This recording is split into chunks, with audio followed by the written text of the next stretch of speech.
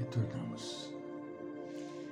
Estamos dizendo que nós não vamos conseguir nada sozinho. E não temos que ter receio do que nós pensamos, de como nós pensamos e de como nós agimos, em hipótese alguma.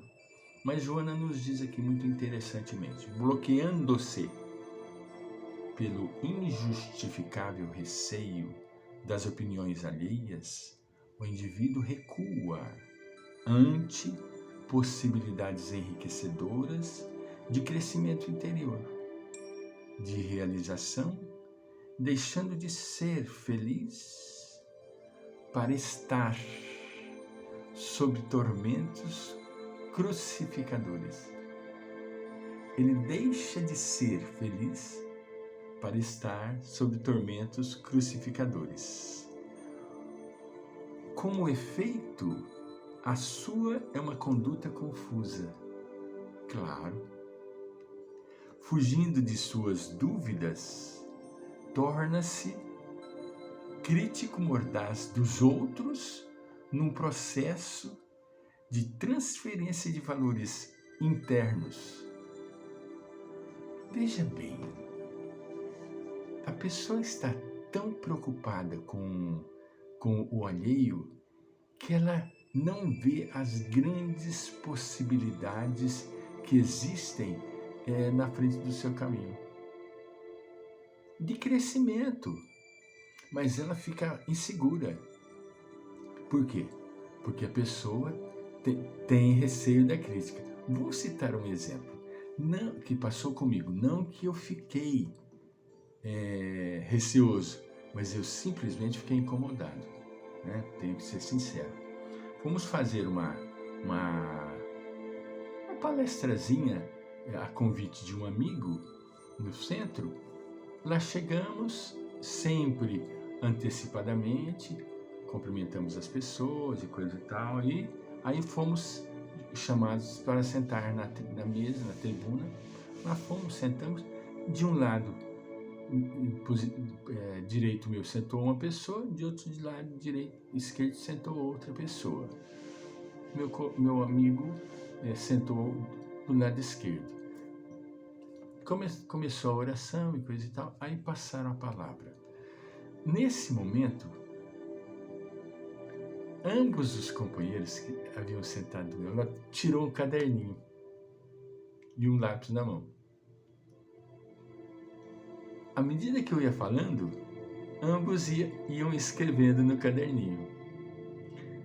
Não que tenha me dado insegurança, porque eu sabia que eu tinha me preparado para falar, eu sabia o que eu estava falando, eu sabia o que eu era e sou, verdadeiro e bastante convicto com a doutrina espírita, então transcorri a palavra, falei.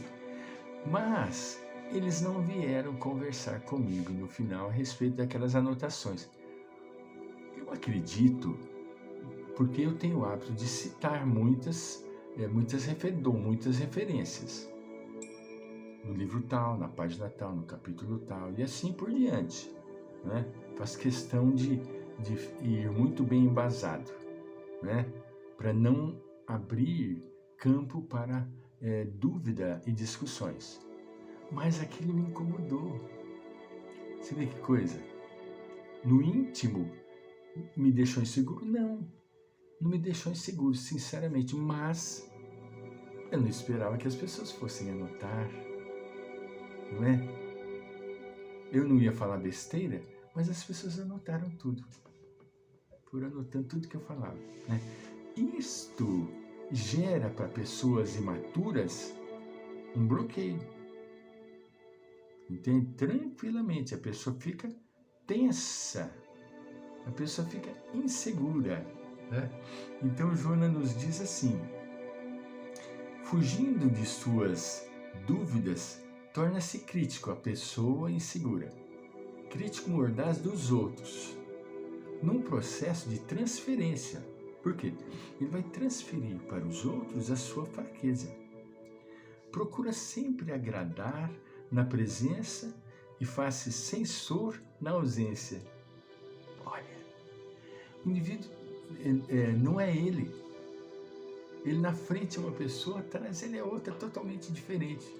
Ele agrada, né? É solidário, é isso, mas atrás ele é um sensor crítico, insatisfeito consigo próprio, é rude com as pessoas que dele dependem e bajulador em relação aos que acredita superiores. É uma pessoa, com todo respeito, hipócrita.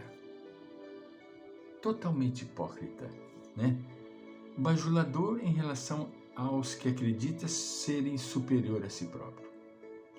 Oculta os sentimentos, a fim de poupar-se a comentários desagradáveis, apresentando-se dúbio e melífluo. Olha que graça, né? A pessoa, ele coloca inumeráveis máscaras para tentar agradar e nunca vai conseguir agradar. Porque a quem ele tem que agradar? A si próprio. Acima de tudo, a Deus, nosso Pai, a Jesus, o nosso irmão, a convicção que nós devemos ter com relação à nossa doutrina maravilhosa. Se eu falo a verdade, assim como disse Jesus, por que me batestes, soldados? Se eu falei a verdade, por que me batestes?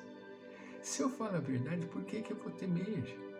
A doutrina espírita, ela é a luz da verdade. Então eu tenho que pôr nas minhas palavras a claridade dos seus ensinamentos. Eu estou aqui com vocês, mas eu estou aqui com o livro. Eu não posso falar das minhas palavras. Eu tenho que falar daquilo que Joana está trazendo aos nossos corações, para que a gente evite cometer esses mesmos deslizes, que é muito comum. Nós não estamos ainda prontos, né? Continua ela, as suas opiniões têm por meta atender a todos, concordando com ambos os litigantes. Quando for o caso, ela fica de bem com todo mundo, concorda com todo mundo. Ela não tem sim, não, aquela postura evangélica. Seja o meu dizer sim, seja o meu dizer não. Não, ela quer estar bem com todo mundo. Nós nunca vamos conseguir isto.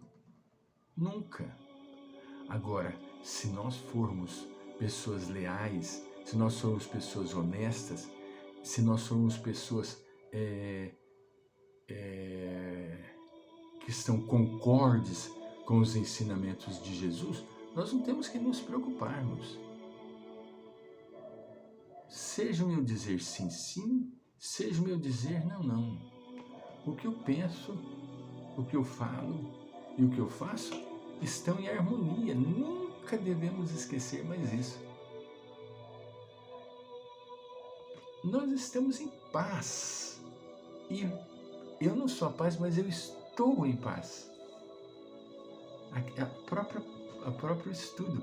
Eu não sou a paz, mas eu estou em paz.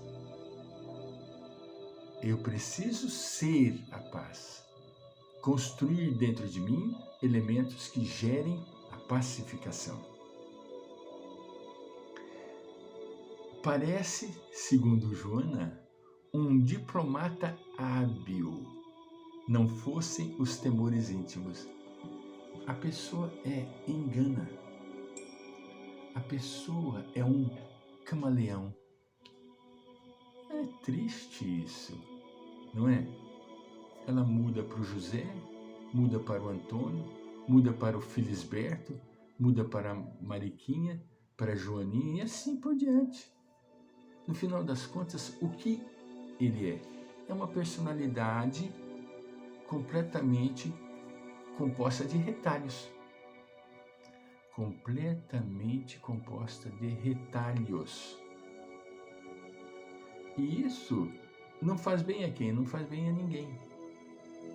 Não faz bem principalmente a si próprio e em todas aquelas outras pessoas com as quais ele convive, que nunca estarão seguros do que verdadeiramente ele é. Vamos voltar.